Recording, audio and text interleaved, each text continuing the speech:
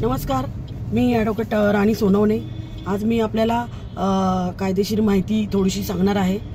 त्याच्यामध्ये माझा विषय असा आहे की परस्पर समजुतीने घटस्फोट घेण्याचे फायदे काय आहेत। तर त्याचा पहिला फायदा म्हणजे की परस्पर समजुतीने जेव्हा घटस्फोट एखादी पती पत्नी घेतात तेव्हा त्यांची जी केस आहे ती 6 महिन्यामध्ये निकाली लागते। म्हणजे 6 महिन्यामध्ये त्या केसचा निकाल लागतो। इतर जर घटस्फोट इतर म्हणजे एकमेकांविरुद्ध जर घटस्फोट कोर्टामध्ये केले तर त्याला 4 वर्ष 5 वर्ष 6 वर्ष असा कालावधी लागतो।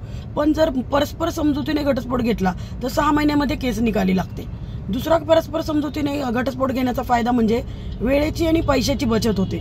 वेळेची अशी की आपण जर कोर्टामध्ये केस दाखल केल्यावर केसचा निकाल लागायला खूप वेळ लागणार आहे आणि त्यामुळे आपला वेळ जाणार आहे त्याच्यामध्ये। आणि दुसरं म्हणजे की पैशाची बचत अशी असते की वकिलाचा खर्च आला जाण्या येण्याचा खर्च आला आणि त्यामुळं जर परस्पर समजुतीने घटस्फोट घेतला तर 6 महिन्यामध्ये केस निकाली लागते। त्यामुळे पैशाची पण बचत होती। येण्या जाण्याचा खर्च वगैरे आहे तो जर मायनस केला किंवा वकिलाचा पण खर्च म्हटला तर तोही कमी पडतो। त्यामुळे पैसे आणि वेळेची बचत होती। दुसरा सगळ्यात तिसरा सर्वात महत्त्वाचा फायदा म्हणजे जो आहे की मानसिक ताण कमी होतो। मानसिक ताण म्हणजे काय की मी पाहिलेलं आहे कोर्टामध्ये जेव्हा पण पक्षकार येतात त्यांना खूप स्ट्रेस असतो, त्यांना खूप टेन्शन असतं आणि जेव्हा परस्पर समजुतीने घटस्फोट घेतला जातो तेव्हा एक तर दोघं एकत्र येऊन दोघांच्या अटी शर्तीवर घटस्फोट घेतलेला असतो किंवा घटस्फोटाची केस दाखल केलेली असती। त्यामुळे मग त्यांचा मानसिक त्रास जो आहे तो कमी झालेला असतो। जेव्हा आपल्याला भांडायचं असतं, जेव्हा एकमेकांविरुद्ध आपल्याला लढायचं असतं तेव्हा मग मानसिक त्रास हा जास्त होत असतो, कारण आपल्याला हे प्रूव्ह करायचं असतं, हे सांगायचं असतं आणि सगळ्यात महत्त्वाची रागाची भावना जी असती त्याच्यामुळे मानसिक ताण येत असतो। त्यामुळे तुम्ही एक प्रकारे तुमच्यामधले वाद थोडेसे बाजूला ठेवून तुम्ही म्युच्युअल कन्सेंटनी घटस्फोट जेव्हा दाखल करता तेव्हा हा मानसिक ताण तुमचा कमी होतो। त्यामुळे हा एक फायदा आहे।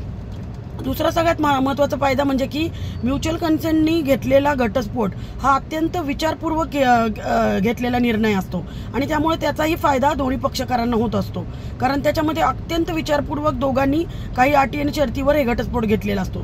त्यामुळे त्याचाही फायदा दोन्ही पक्षकारांना होत असतो। पाचवा महत्त्वाचा फायदा म्हणजे सगळ्यात महत्त्वाचा फायदा हा दोघांची विन विन पोझिशन असते।